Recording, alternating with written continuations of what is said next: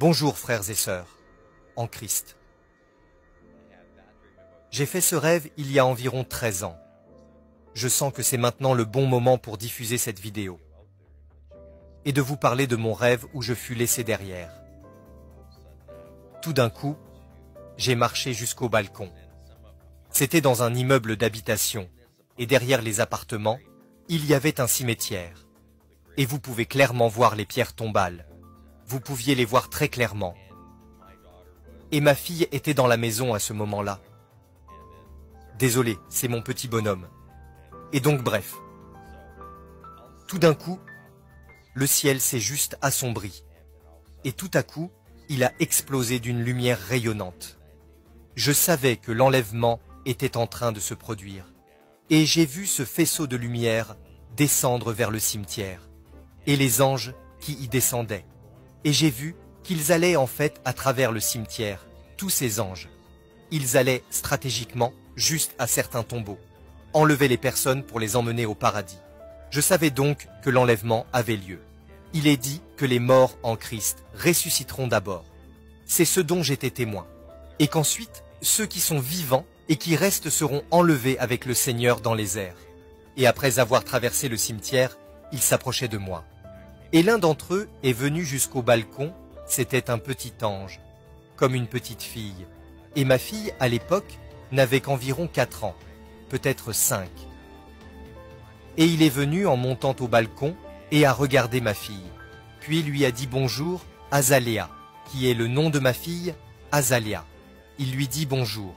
Azalea, c'est l'heure de rentrer à la maison. Et Azalea a dit, et qu'en est-il de mon papa? Et j'ai regardé ma fille, parce que je savais que j'allais être laissé derrière. J'ai dit, je vais devoir rester encore 7 ans. Je ne pourrai pas partir. Et puis je suis allé pour faire un câlin à ma fille. Et quand j'ai fait le pas, l'ange s'est retourné et m'a regardé. Il est devenu tout gris, avec ce regard signifiant. Tu ne peux plus la toucher. Et c'est juste que je fus terrifié. Je ne fus jamais autant effrayé de toute ma vie. J'étais terrifié. Mais je savais que je la reverrais et qu'elle comprendrait. Puis il a pris la main de ma fille et sont montés au ciel. Et je me souviens que j'étais très triste. Je savais que je devais désormais mourir pour la parole de Dieu. C'était donc mon rêve d'enlèvement. Mon rêve où je fus laissé derrière. Et cela m'a terrifié. Je sais que nous devons garder nos lampes remplies et que nous avons besoin d'être prêts. Vous savez, je sais que certains d'entre nous, nous vivons dans le péché et nous croyons qu'une fois sauvés, toujours sauvés. C'est ce que je croyais aussi. Je crois toujours cela sincèrement dans mon cœur. Mais nous devons essayer, de toutes nos forces, de rester en dehors du péché et d'en être convaincus.